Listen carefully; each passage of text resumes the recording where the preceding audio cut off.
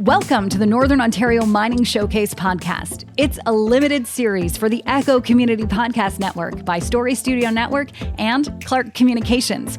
We highlight the influential voices, partners, and leaders who are driving innovation, research, and development, creating new market opportunities and new ways of doing business in the mining industry. All right, we're live at PDAC 2024, and this is the largest gathering for the mining industry, prospecting, all those sorts of things, and the ancillary industries that have sort of grown up around it. And Ross Orr is with us from the company's called Bachtech? Bacterial technology. Yeah, and I was just going to say, when we started looking into what went on here at PDAC, it's almost 100 years old that they've been gathering. Yeah. And I can't imagine that anybody who went to that first gathering of however many miners and prospectors would have even considered the possibility of the technology that you're bringing to the table today. Well, actually, the Romans figured it out 2,000 years ago. They were using it for copper back, but by accident, really. I mean, they didn't know what they were doing, but they were technically using bacteria. So explain what this does, because the quick label was your bugs eat rocks or whatever. That's my hooker. So, yeah. I get people coming by the booth saying, "All right, what Show does that me." mean? Yeah, what are you talking about?" So effectively, in nature, bacteria are constantly always gnawing away at sulfides. That's how they get their energy. And sulfides can be considered almost like a glue in the mining process. And so in the old days, they used to burn sulfides. Think of Inco and the big smokestacks in Falconbridge up there. Obviously, we're not a great way to process anything because of the gaseous emissions and everything else that goes with it. So what we've done is sort of harnessed bacteria to do in 6 days what they would normally take probably 20 years to do in nature, because they only work so many days a year. When the right environment's available for them, we give them that Garden of Eden so that they're constantly working. And they live about 8 days, and it's a continuous process. We're passing through these large stainless tanks. The bacteria are literally going after, think of a brick wall. They're going after the mortar. And once the mortar is gone, everything crashes down. And then you can use conventional technology to produce the gold or stabilize the arsenic or whatever you're trying to do.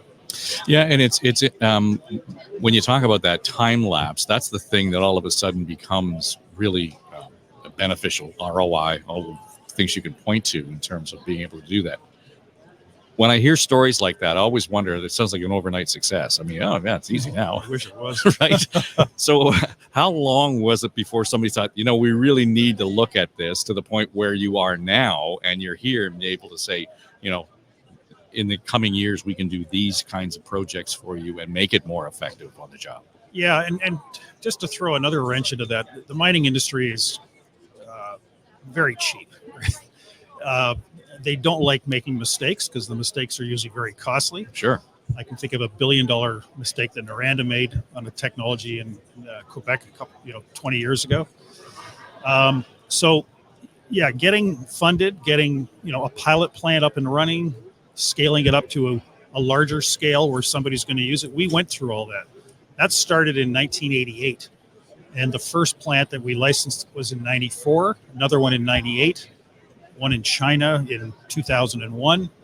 And then I split the company in half in 2010 because I said, look, we're not making any money. The miners are making all the money because we're solving their problems, usually with arsenic.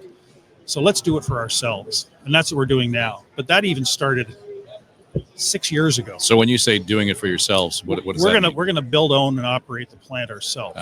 So we're going to be buying concentrates from the miners. Yep. That today goes to China, and it goes to China at 45 to 50 cents on the dollar. We're going to be building in country and paying 65 to 70 cents on the dollar. And because we brought this technology to the country, we got a 12-year tax holiday out of the deal, which is fantastic. I mean, the numbers on the project are outstanding, but nobody believes us. Well, and I was just going to say, you talk about those billion-dollar accidents.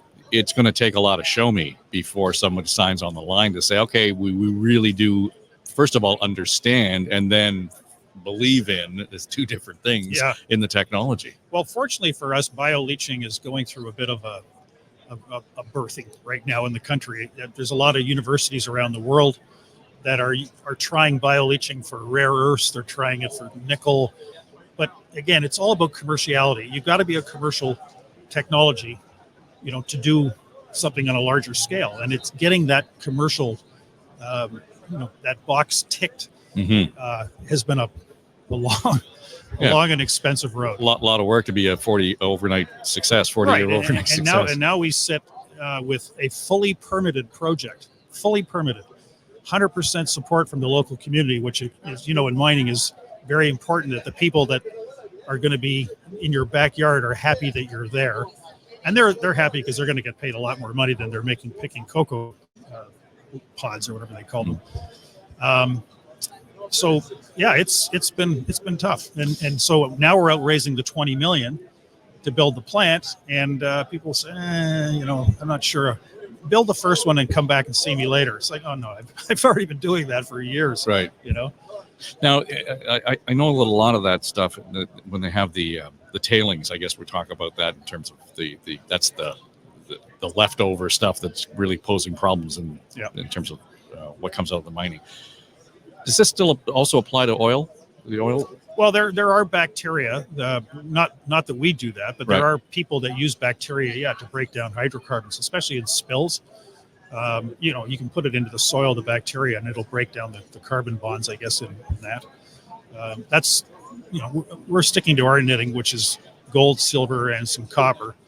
And if I can get the first one financed, it's dominoes. I mean, Peru needs two of these plants, one in the south and one in the north. And it's all about arsenic. That's what we chase because nobody else does. And why is that? Because we stabilize arsenic as a byproduct of bioleaching. At the end of 6 days, after everything's been broken down, your gold and silver go in one direction as a solid because you've oxidized it now. So you can use that C word, cyanide, to recover the gold and silver. The other liquid is full of a host of anything that dissolves in acid, because the acidity in the tanks is about 1.5. So arsenic, iron, nickel, cobalt, copper, all go into solution. And we hit it with limestone. And as the pH starts to rise, the iron and the arsenic naturally band together and drop out as what's called a ferric arsenate, which the US EPA has branded as a landfillable. Really? Yeah. But what we would do is dewater it and dry stack it, and eventually throw some, put a cap on it and stick some trees in it. Yeah, I was going to say, so what's the end use there? What's the end benefit? Well, you're not dumping arsenic into the rivers. Good. Yeah. And because we won't buy any material from these miners that's been pre-treated with cyanide or mercury, again, another tick for the old ESG box for us. And what's going to happen is it's going to make a lot of these miners more compliant with the government as far as their environmental permitting goes. There's some people in the area that don't have environmental permits. Yeah. And that is the least of the problems in some cases. No, and I think what they do is they turn a blind eye just to keep people off their back. But at the same time, if we can kill two birds with one stone by saying to them, look, we're not going to buy your material unless you get your environmental license. Yeah.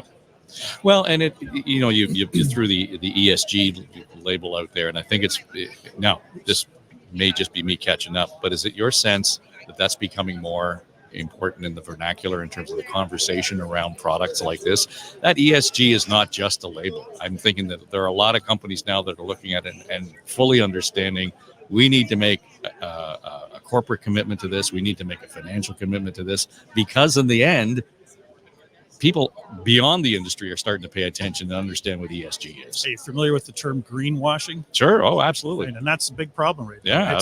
It's taken some shine off the rose, or what's the shine? It's taken the shine off of ESG because of like a lot of these European airlines were putting out stuff where they've been getting fined because of what they've been saying. It's just not true. Yeah. And so, how do you make an airplane green? Pretty hard when you're blasting all that jet fuel out the back. So they've basically stepped up and said, okay, we've got to tighten the rules on what you can say publicly.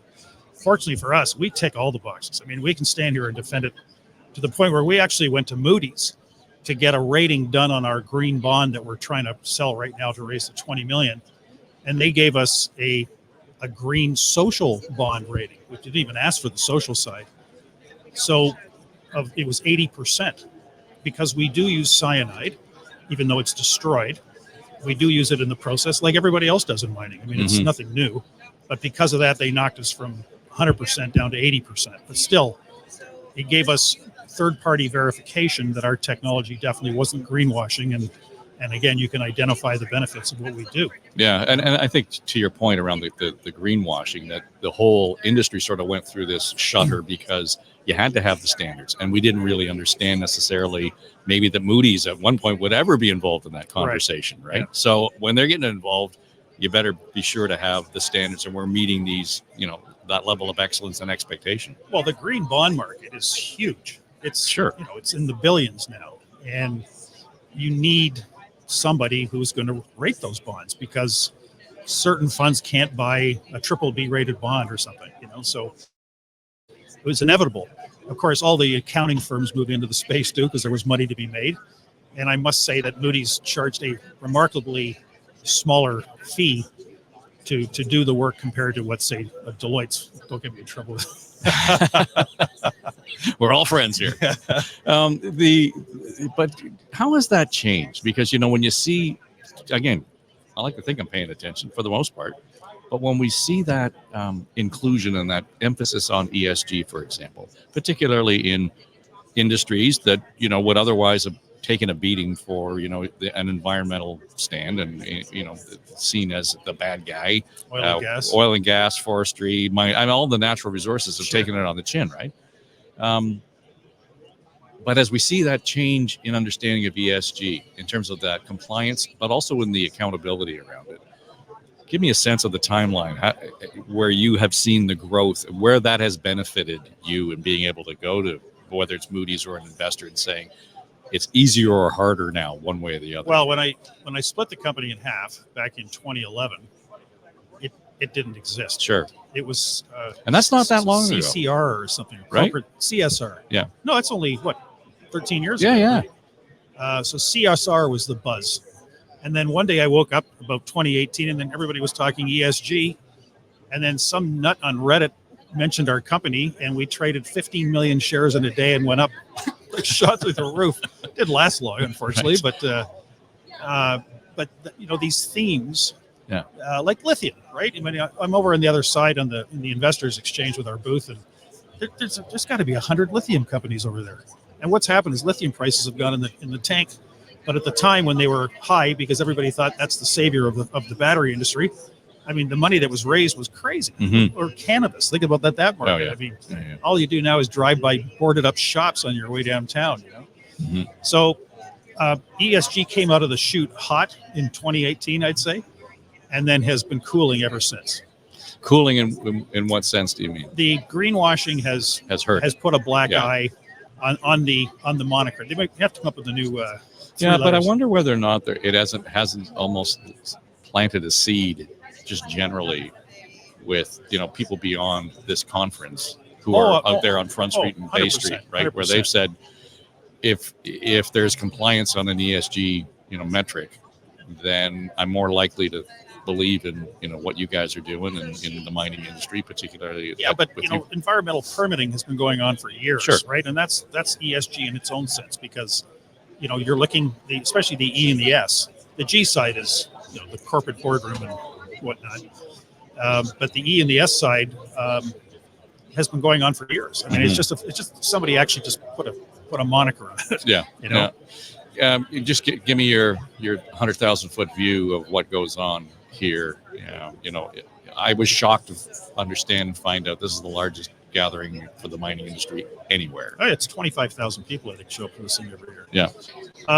It's interesting because years ago, this was a conference that was held for people to come together and show their drill core. That's why it's in March.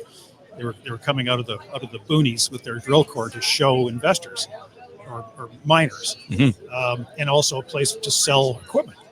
And then I don't know, probably 50 years ago, this investors exchange popped up, and all of a sudden you got 400 companies all flogging their wares. The whole south building is full of public companies, junior and seniors, and because the big guys show up as well, which is good. But the little guys are here to sort of say, look, this is my project, this is what I'm doing, this is what we're doing. Hopefully somebody walks up and says, I can give you $20 million for your project. Well, raise a hand when that happens. We'd like to be there when it happens. Ross, it's been great to meet you. Thanks for being here. My pleasure. Thanks for listening to the Northern Ontario Mining Showcase podcast. The series is produced for the Echo Community Podcast Network by Story Studio Network and Clark Communications. For more information, visit our website, northbayecho.ca.